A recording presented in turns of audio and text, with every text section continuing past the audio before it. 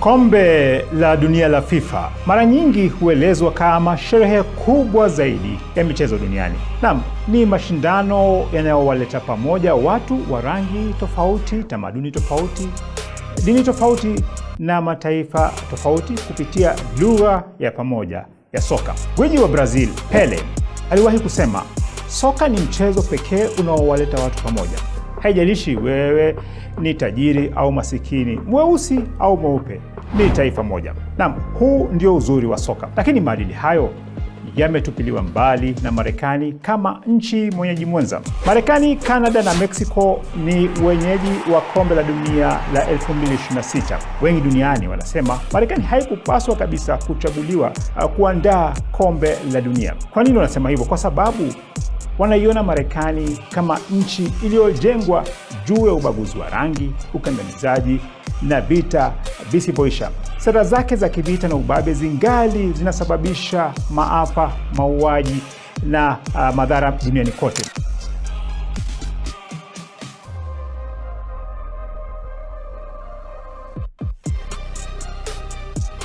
Wakati mechi za kombe la dunia zikiendelea, tukio moja limekuwa alama ya ubabe na ubaguzi wa utawala wa Marekani. Omar Abdulqadir Al-Tan wa Somalia aliandika historia baada ya kuchaguliwa refa bora wa Afrika mwaka 2025. Alitarajiwa kuwa mwamuzi wa kwanza wa Somalia kuchezesha mechi katika fainali za kombe la dunia, lakini Al-Tan alizuiwa kuingia Marekani. Ndoto yake ilivurugika papo hapo. Alizuiliwa na kusailiwa kwa masaa 11 na makachero wa Marekani kabla ya kupigwa marufuku kuingia nchini humo. Mwamuzi huyo mwenye umri wa miaka 34 alirejea Mogadishu, akapokelewa na maelfu ya wafuasi pamoja na maafisa wa serikali. Kumtimua Al-Tan bila shaka ni sehemu ya mwelekeo mpana wa mashambulizi ya kibaguzi dhidi ya Somalia na Wasomali katika utawala wa Donald Trump. Utawala huo ulijua fika kwamba Al-Tan ameteuliwa kuwa refa na ulijua amepata visa ya kusafiri, lakini bado ukaamua kumdhalilisha katika uwanja wa ndege.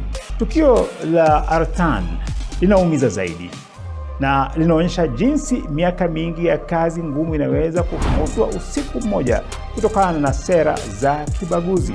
Na udhalilishaji wa Afrika katika kombe la dunia nchini Marekani haukuishia kwa tukio hilo la Al-Tan. Mamia au maelfu ya mashabiki na waandishi wa habari wa timu za Afrika zikiwemo kama vile Morocco, Cote d'Ivoire, Senegal, Afrika ya Kusini, Algeria, Ghana, Jamhuri ya Kidemokrasia ya Kongo na Afrika Kusini wamenyimwa visa za Marekani bila maelezo ya wazi. Wengi wamepoteza maelfu ya dola walizotumia kununua tiketi za mechi na pia tiketi za ndege.